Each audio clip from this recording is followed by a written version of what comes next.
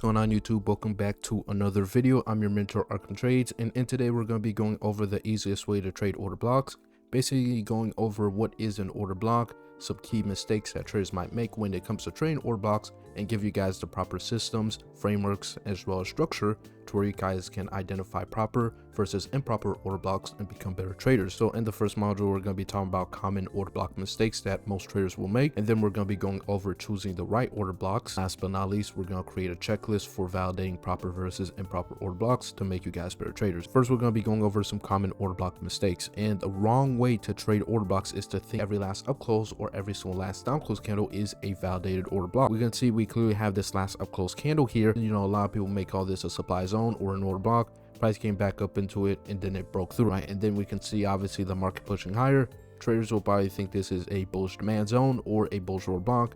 Price comes lower, stops them out to then eventually rally higher, right? So it's very important to not have the mindset to think every last up close or down close candle is an order block, and you have to have prior structure to what happened before it. And before we can determine what will classify as a high or a low probability order block, we need to pay attention to the underlying context before price created that last up close or down close candle. Just because price is in a downtrend doesn't mean the last up close candle is a bearish order block, or even if price is in an uptrend, the last down close candle is not a bullish order block. What we need is overall context, and context is basically the back end of every single model or strategy.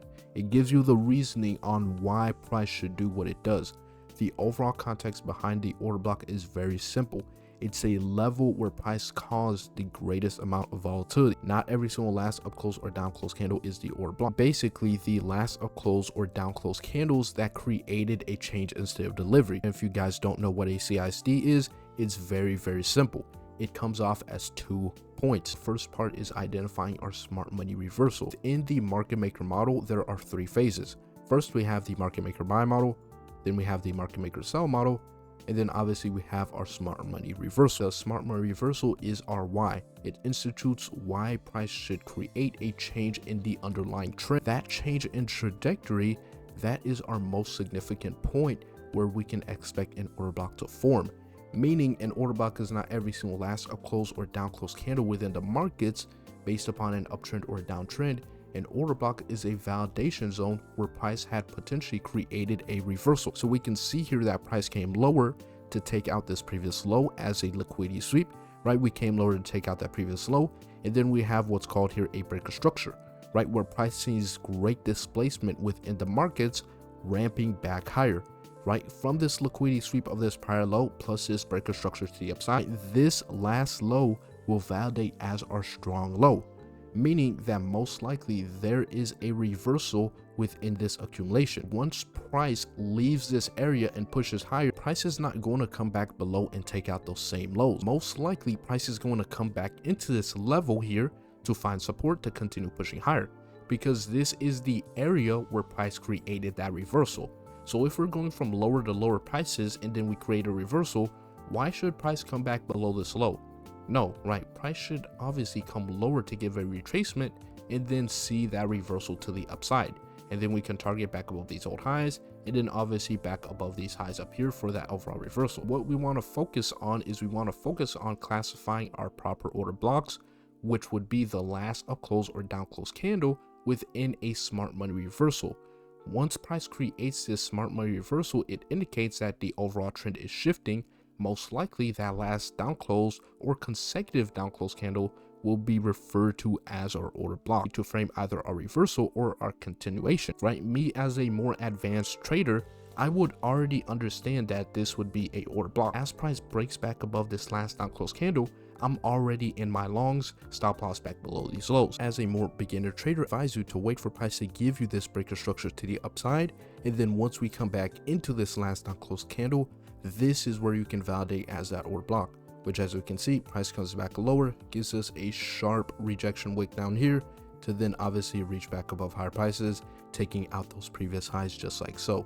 So not every single last up close candle or last down close candle is a valid order block. For it to be a validated order block, it has to be the last up close or down close candle within a smart money reversal. And the smart money reversal is identified by a liquidity sweep followed by a sharp breaker structure in the opposing direction. That tells us that the overall trend is shifting from one direction to another. If you guys want access to today's PDF plus trading plan for completely free, I will be putting it inside the PDF section within the free Spark Train community. All I have to do is click the first link in the description, join the Spark Train community for completely free, scroll all the way down here past the free courses, the ebooks, all the way down here into the PDFs, and you guys can grab your copy as well as trading plan for completely free. We're looking at GBPUSD here during the New York session, and just like I mentioned on the PDF, it's very important that we stay very structured inside of our trading, meaning first we have to do a top-down analysis approach, and whenever we're about to take a trade, we have to be in alignment with a specific time. Whether you're trading the London session or the New York session, it's very, very important. So starting off here, I'm on the 1 hour time frame, and the 1 hour time frame is very good. The 1 hour time frame is very good because this gives me my underlying structure of where I anticipate the marketplace to potentially go next. Before coming to the New York session here, I want to mark out what has the prior session done. So we can clearly see here that this was during the Asia session as well as the London session.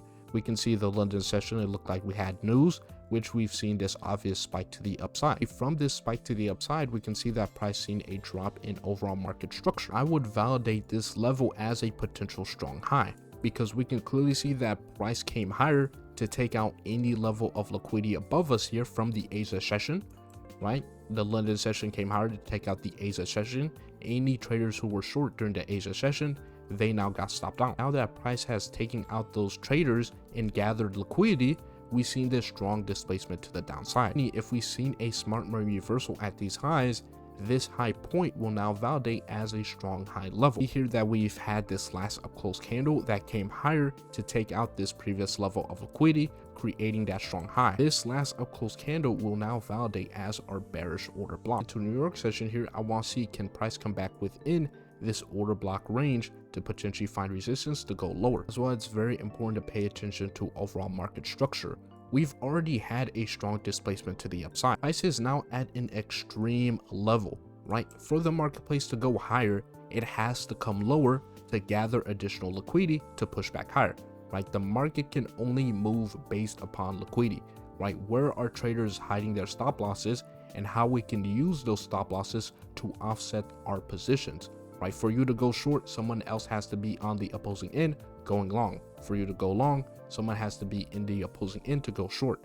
How can we fake out the most traders coming lower to gather their liquidity to continue rallying the market higher? Right, the market cannot continue going higher and higher and higher forever. This has to give minor or deep pullbacks within every single expansion before seeing a continuation. Right, this would be referred to as your higher highs and your high lows. And the 1 hour time frame is one of the best time frames when it comes to identifying overall structure. Right now within the market, we had this expansionary phase. We are now inside of a consolidation. From this consolidation level, I'm anticipating price to find some level of resistance to come back lower, as well as we can identify these original lows within the markets, as well as potential low opportunities down here. So we have multiple opportunities of liquidity below us. We're at an extreme point inside the marketplace, right? From every expansion, there has to be a correction. The overall structure of the market is I want to anticipate price to come back into this level to find resistance to potentially go lower. And we can validate this last up close candle that created this liquidity sweep, plus this breaker structure right here, right? This breaker structure. This last up close candle will now validate as my proper order block. Now I'm going to go down to a lower time frame like the 15 minutes. And my overall emphasis coming into the New York session here is I want to see the marketplace come back within this order block range. Since this is a big order block level, I'm not going to put my entry down here and stop loss all the way back here, right? This would be a really poor risk to reward. I want to see the market come higher into this level, as well as I mark out my 50%. Then you would adjust the middle line. This would mark out the 50% of your order block. I want to see price come close or even at that 50% to give me the best possible entry to eventually reach back lower prices, as well as I'm only going to take this trade within my specific time zone. So this would be the New York session, just like I outlined in the PDF. The overall context is we had a liquidity sweep plus this breaker structure. This is in at extreme high and we're anticipate a retracement back lower, meaning that price is most likely in a market maker sell model. Once price comes back into this last up close candle, this would validate as our bearish order block 100%. I'm gonna let the market open up here and see what happens. During the New York session, we had a little accumulation. Then we can see price came back within this order block range. Unfortunately, price did not come back into that 50%, but that's totally fine. Very important to pay attention to overall candlestick analysis. Seeing how we had this reaction to the upside, right, creating this top wick, price came from this top wick and started rejecting lower. This would then be my entry confirmation to take a short. Marketplace is going higher and higher inside of this 15-minute candle. I want to be shorting that. So once price taps into this order block level and gets near that 50%, comes near that 50%, and then we start rejecting lower, this would be my confirmation to frame my short. Obviously, I would put my stop loss back above the 50% of this order block level, because this 50% would act as my overall resistance. Meaning that if price were to break above this 50% and continue going higher, this would invalidate the entire level. I have a good entry within the wick of this 15 minutes time frame. I have my stop loss back above the 50% of this bearish order block, and now I can target reaching back lower prices. We can obviously identify these original lows here, which we do have equal lows. We can see this low right here and this low right here are both equal. So obviously this would act as a strong level of resistance inside the market. And obviously just back below here, we also have equal lows right here, right? These two lower levels validate as the equal lows. So I would anticipate price to find rejection from this overall bearish order block level to reach back within those equal lows right here and right here for over a 2.35R. The price comes lower, takes out this original low, as well as takes out these equal lows right here for over a 2.35R. Very important that in trading, you have a very conservative mindset, right? We're not trying to aim for the moon, trying to get a 1 to 10R, right? Or a 1 to 6R. And making a 2 to 1R or even a 3 to 1R on your order block setups can lead you a long way to profitability. You don't need those high 10 to 1R ratios at all. Making a consistent 2 to 1R every single day, trading this exact framework is more than enough for your trading journey, I promise. I hope you guys learned a lot from this video and got a lot of value from it. And if you guys want access to the PDF plus the trading plan on how to trade this exact model, you guys can just click the first link in the description, join the Spark Trading community, go down to the PDFs tab, and you guys can grab your free copy, back test it, implement it into your own trading, and hopefully you guys can make your first $10,000 trading. That's the goal of my channel. But before we leave, make sure you guys click that like button, subscribe to my channel if you're new, as well as comment what you guys want to see next. I'm your new mentor, Arkhamtrades. Be safe.